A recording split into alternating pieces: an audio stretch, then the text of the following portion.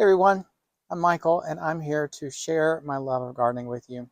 So today I want to talk about a subject that a lot of people are really scared of when they get into gardening. And that's really sad because it's a subject that everybody needs to experience and grow, and I think you'll really love it once you get into it, and that's Japanese maples. Um, all of my friends say, oh, I'm really scared of those because one, they're really expensive. And two, they're very temperamental, and I don't want to spend hundreds of dollars on a plant that I'm possibly going to kill. Let me tell you, you don't have to be afraid of it. It's not a difficult thing to do if you know the right ways to handle your Japanese maple. So first off, let me talk about the benefits of growing these amazing trees. And first off, you can see here I have a couple different varieties with me. Um, Look at the differences between these two trees, both Japanese maples.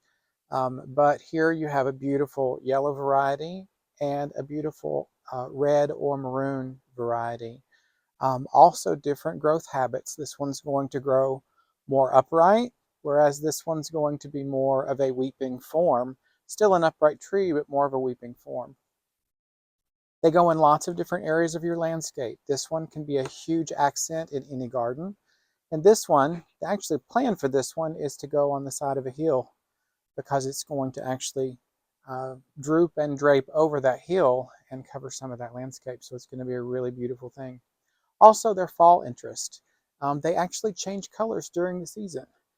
This particular variety, which is Unoyama, I'm going to put that down below because my pronunciations may be a little off.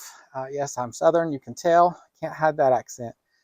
So I may be mispronouncing 100%, but we'll drop that down below so you can see it.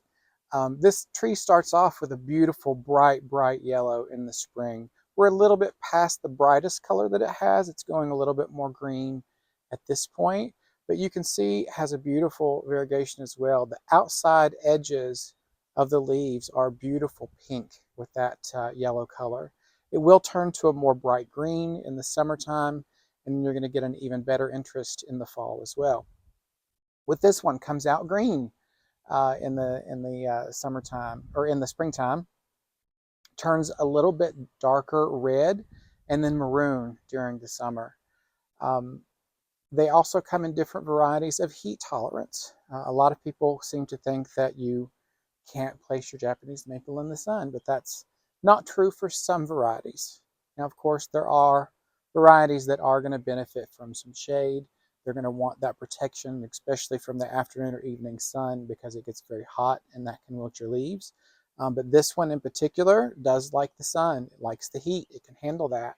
Now, if you're in a zone 9, probably still a good idea to give it a little bit of protection. But if you're in a zone like we are here, 7A, this one's going to do okay. This one's been out in the sun all spring and will be in the sun through the summer as well and should be just fine.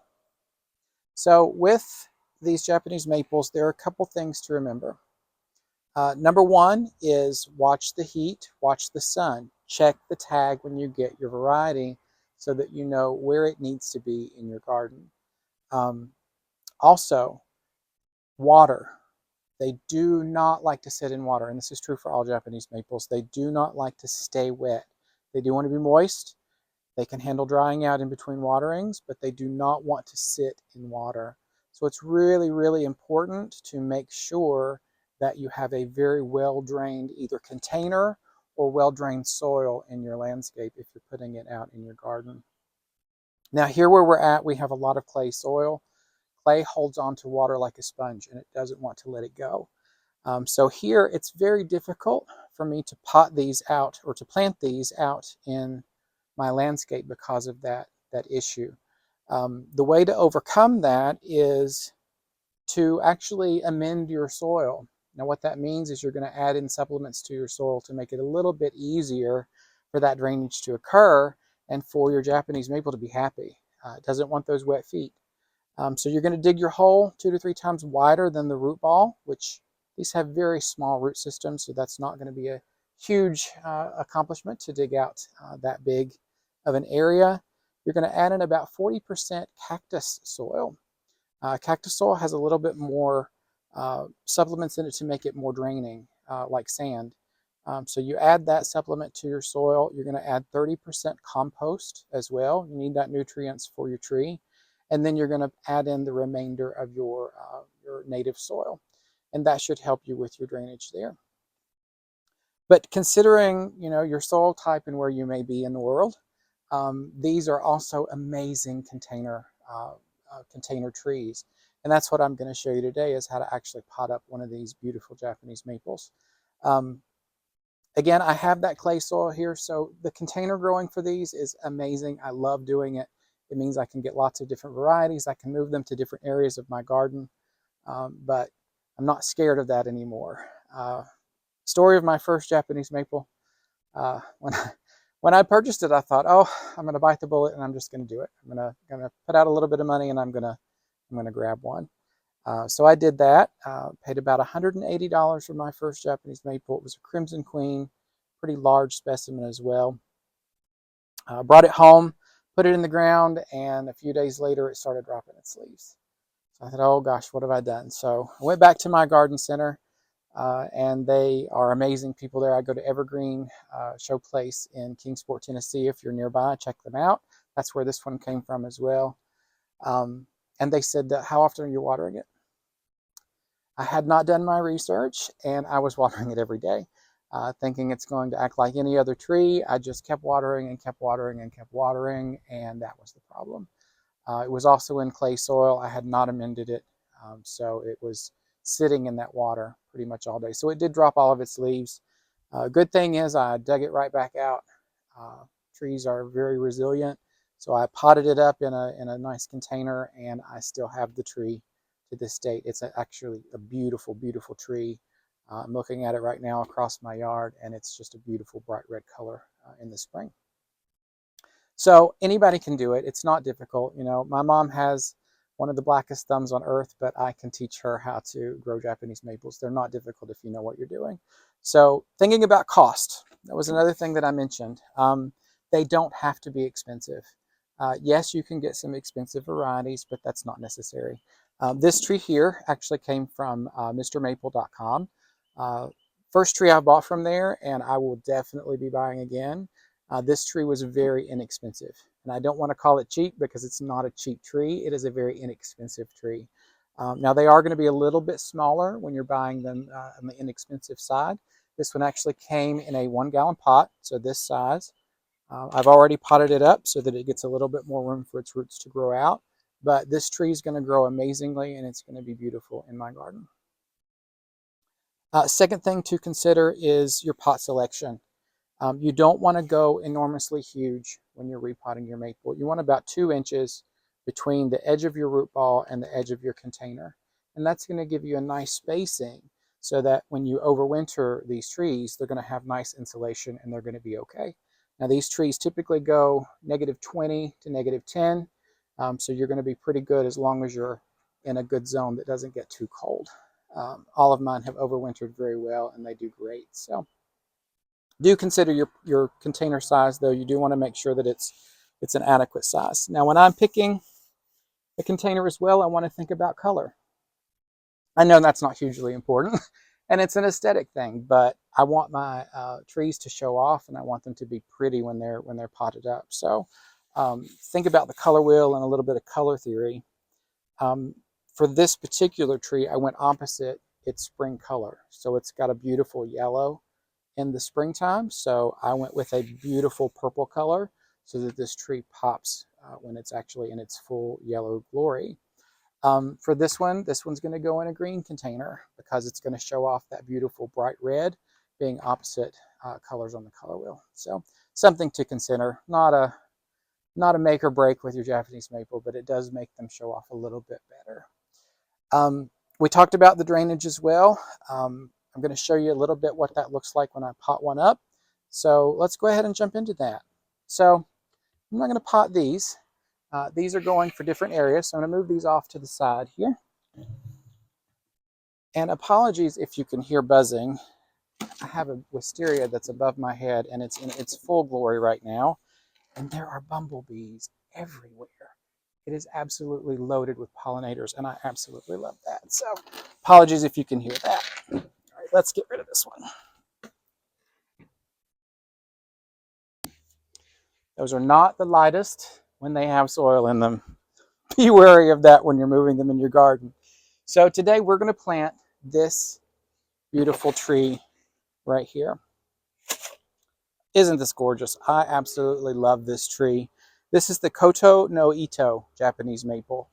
I know it looks like a weeping variety, and I thought that when I saw it at Evergreen, but it's actually not. It is an upright tree, but it has this beautiful weeping foliage. Looks a little bit like a weeping willow. Beautiful, beautiful green color, and then it's going to go orange to red to yellow in the fall. So that's what I've considered when I'm thinking about the color for my container. I've actually gone with more of a green to blue color, more of a turquoise. Not too large. This is a 3-gallon pot or 3-gallon container here from the nursery, and I'm going to go with about a 15-inch container on the side. Now for the soil for this, I've actually already put in some of our mix so that I can get to the level that I need for my root ball. I've used about 25% compost, 25% cactus soil that I mentioned before. Again, I want that nice drainage. I want that to go fully out of the bottom of the drain hole of this container. Now this container also has a very large drain hole. You're going to want to make sure that you have that as well. If you don't, you may want to add a few more holes to the bottom of your container. Really important again to get that drainage. Also, when you set this out on your patio or in your garden, you want to make sure that it's lifted just a little bit. You do that a couple of different ways. One, you can order little feet, pot feet that go underneath your container. It's going to raise it a couple inches off the ground so that it can get that nice drainage. Those can be pricey. You can find them on Amazon a little bit less expensive, but if you don't want to spend the money on that and you want your container to sit kind of level to the ground, a simple solution is to go to any hardware store and grab you some paint stirrers. They're typically free, especially if you're painting something. Put a couple of those underneath it and it will lift it just enough. I know it's not a lot of depth, but it will lift it just enough to keep that good drainage and that good water flow underneath your Japanese maple. All right, so when you're potting your Japanese maple, there are a few things that you want to look for. Number one is you want to look at the root system. So you're going to take it out of its nursery pot. You're going to take a look and see what it looks like. And this looks great. The root system is not pot bound. It's not excessively wet. Now this has been watered, so it is moist, but it's not wet, which means it's had good drainage. I'm going to give it a sniff. It wants to smell like earth, right? You don't want it to smell stale or kind of rotten. You know, that kind of smell that you get when you're in a swamp. You don't want that smell. That's a horrible thing, and that means that you've got some root rot. So if you do smell that, you want to take it back to your nursery and exchange it. You also want to look at the root at the top of the soil. I don't know if you can see it here. We may not be close enough, but there's a little bit of a flare at the base of the tree. That's called your root flare. You want to make sure that that's above your soil level. Now, sometimes when you get these from the nursery, they may have actually planted it a little bit too deep. So you want to check that and make sure that it's good for where it's planted in the nursery pot. The next thing that you want to look for in your tree is your root flare. You want to make sure that it's above soil level. So I'm not sure if you can see it here, but the base of the tree flares just a little bit, and you want that to be above soil level. You don't ever want to plant that. Number one, you don't want to plant it where it's below the soil level, and you definitely don't want to plant it where it's getting pooled water underneath. So plant it a little bit higher and slope your dirt away from it. You don't want that to rot, and you don't want that to start putting out new roots, because then it won't have time to put into this or energy to put into this beautiful foliage that it has. So important to plant it at the right level. Next thing, you want it to be about 2 inches, well, 1.5 to 2 inches below the rim of your container as well. And that's not for anything other than aesthetics. When I water, anytime that I've put too much soil in my container, it's going to run off and it's going to make a mess, and that's not a good time for anybody. My other half, if I do that, they get very, very, very upset. So I try not to make a mess, and I suggest that if you want to keep them happy, do the same. Keep it just slightly below the level of your rim. Then you won't have any spillover with your soil when you're watering. So now that we've got it in here, I've got it centered to the center of my pot. I think it looks pretty level right there. Everything's looking straight up and down. I'm going to fill in the rest of the container. Oh, I forgot one thing. I'm going to add just a tiny bit of BioTone. BioTone's going to give it a little bit of nutrients to help those roots start to set in as well. So I'm just put just a little bit around the bottom. Not too much. I don't want to give it too much. We're kind of late in the season right now, so I want to make sure that I'm not fertilizing too late in the year. We want to make sure that we stop fertilizing around March to April. So not a whole lot, but just enough. Just enough. All right, now let's fill up our container with the rest of our soil. Again, this is my cactus blend, compost, and just a regular potting soil or garden soil, doesn't matter. I like to get the ones that are more organic, and I like to use the ones that do not have fertilizer in them. I want to control the fertilizer that's going into my plants, so I like to do that myself. Let's see if we've got enough soil here. Now, pack it in. Pack it in really, really good. You don't want any air to be in the soil with your roots. That will kill the roots, and it's not going to be any good for your plant. So pack it in there really, really good. Perfect. We have a tiny bit of a mound up to the root flare, so that water's going to run away from the bottom of the tree, which is going to be great for it. Not going to cause any rot. We've got the good drainage with our cactus mix and the sand that's in the soil, so we're going to have lots of flow through the dirt.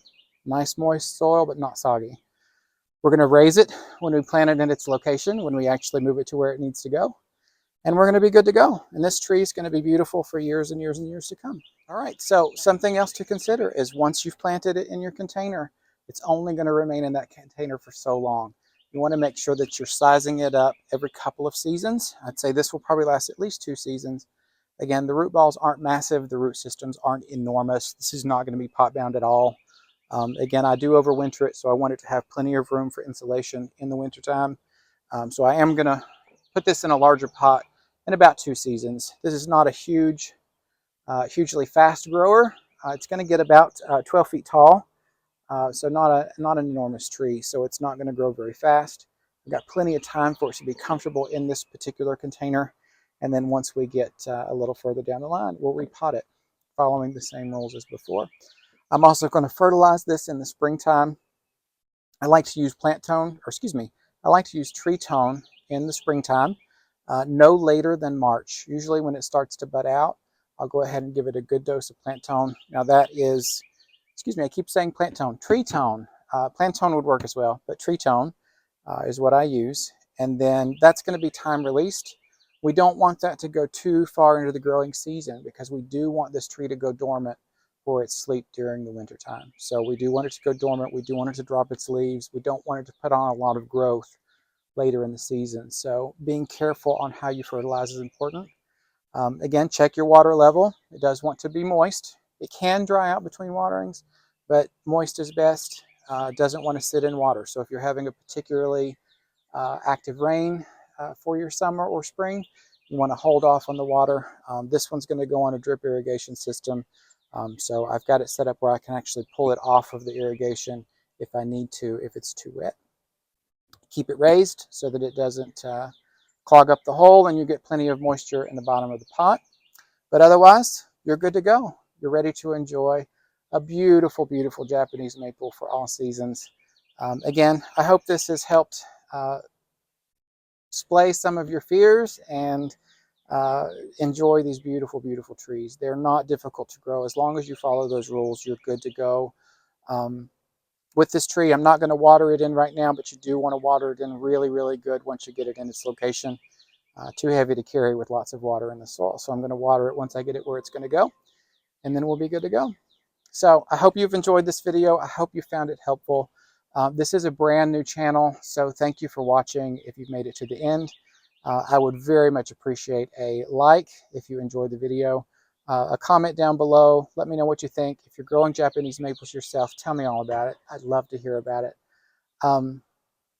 Again, we are a brand new channel, so a subscribe would be fantastic. It really does help us out. We're trying to grow quickly. We have a lot of great content coming with all things gardening. So I hope you've enjoyed, and we'll see you next time.